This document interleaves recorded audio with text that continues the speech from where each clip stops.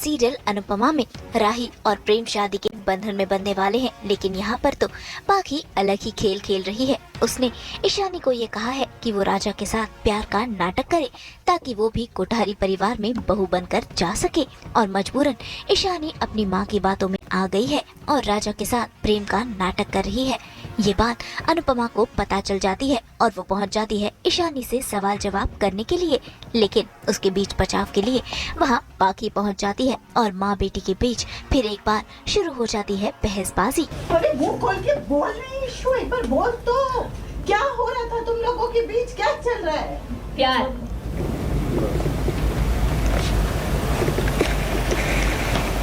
Mummy, राजा और issue दोनों एक दूसरे से प्यार करते हैं। I love him and he loves me. ये सब हुआ कब? हाँ?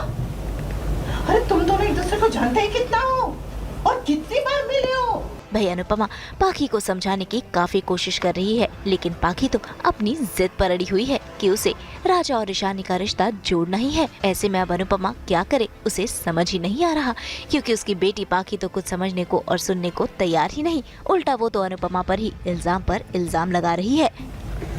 लो अकेले कमरे में। अरे अक्कल लाज शर्म कुछ है कि नहीं? अक्कल बगरनी। वाह मम्मी, आपकी बेटी राही करे तो प्यार और मेरी बेटी ईशु करे तो पाप।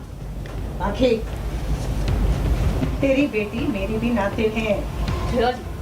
आपको याद भी है कि ईशानी आपकी कुछ लगती है? बकवास बंद करा पाखी। बकवास नहीं है मम्मी, आपको ना सिर्फ और सिर्फ राही दिखाई देती है। राही के अलावा आपको कुछ सूझता तक नहीं है। यहाँ तक कि आपको आपकी रियल असली बेटी भी याद नहीं है मम्मी। पहले तो आपने राही के लिए माही की खुशियों का गला घोटा, अब मेरी बेटी के पीछे पड़ गई आप।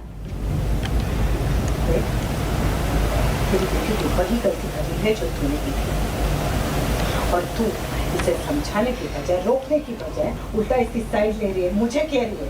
मम्मी प्लीज, मुझे बहुत अच्छे से पता है कि मेरी बेटी के लिए क्या सही है और क्या गलत। अरे अगर सही गलत पता होता ना तुझे गधेड़ी, तो तू आज इस हालत में नहीं होती अकेले, अधिक तेरे साथ होता। अनुज की दौलत ने अधिक को फंसाया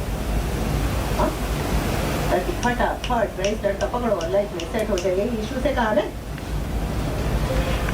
कि राजा को पटा और लाइफ में सेट हो जा। मम्मी आपको जो सोचना है आप सोचिए, लेकिन मुझे राजा और ईशु के रिलेशनशिप से कोई प्रॉब्लम नहीं है। इतना अच्छा खानदान है, अच्छे लोग हैं, लड़का अच्छा है, सब कुछ बहुत सही है। क्या प्रॉब्लम क्या है आपकी? अगर राही के बाद ईशु भी उस घर की बहू बन जाएगी तो क्या गलत हो गया उसमें? मेरी नाते है ना, तो खुश होना चाहिए। ऐसा रिएक्शन मम्मी ना, एक बार जिंदगी में सिर्फ एक बार आप अपनी गोद ली हुई बेटी को ना थोड़ा साइड में रखिए और अपनी सगी बेटी के बारे में सोचिए और उसकी बेटी की खुशियों के बारे में सोचिए ना। एक तरफ राही की शादी की तैयारियां तो दूसरी तरफ ये सारा झमेला।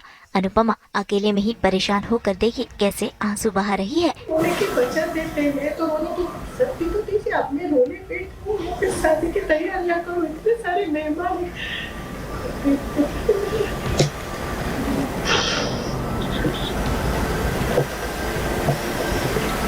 ये सब चलता रहेगा, ये तो हमेशा का।